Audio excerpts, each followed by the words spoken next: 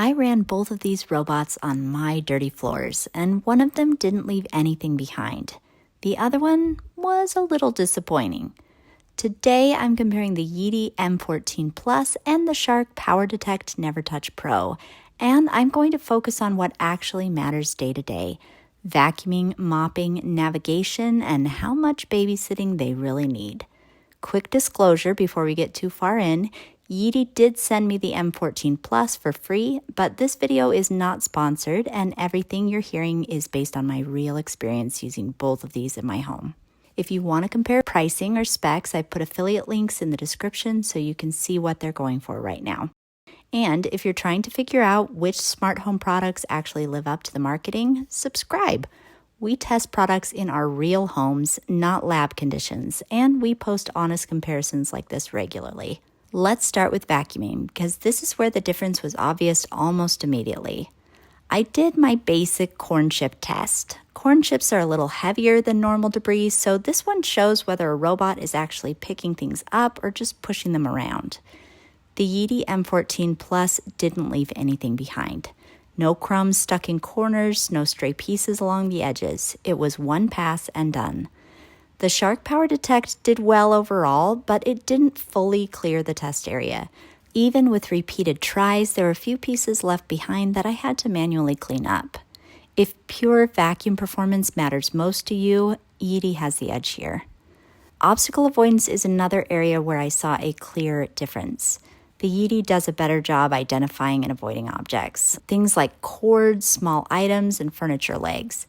It's more deliberate and less chaotic. The Shark runs over stuff more often, but to be fair, it usually figures out how to free itself. It's not a deal breaker, but it does require a little more patience. That said, both of these struggle a bit with mapping. They can miss small sections of rooms, especially along edges or in tighter layouts.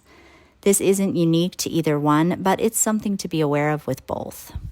When it comes to mopping, the performance differences are a little less pronounced. Though the Yeedi uses a roller-style mop while the Shark uses a vibrating mop plate, both do a pretty good job on daily messes. Though the Shark does seem to have more trouble with dried-on spills and sticky spots.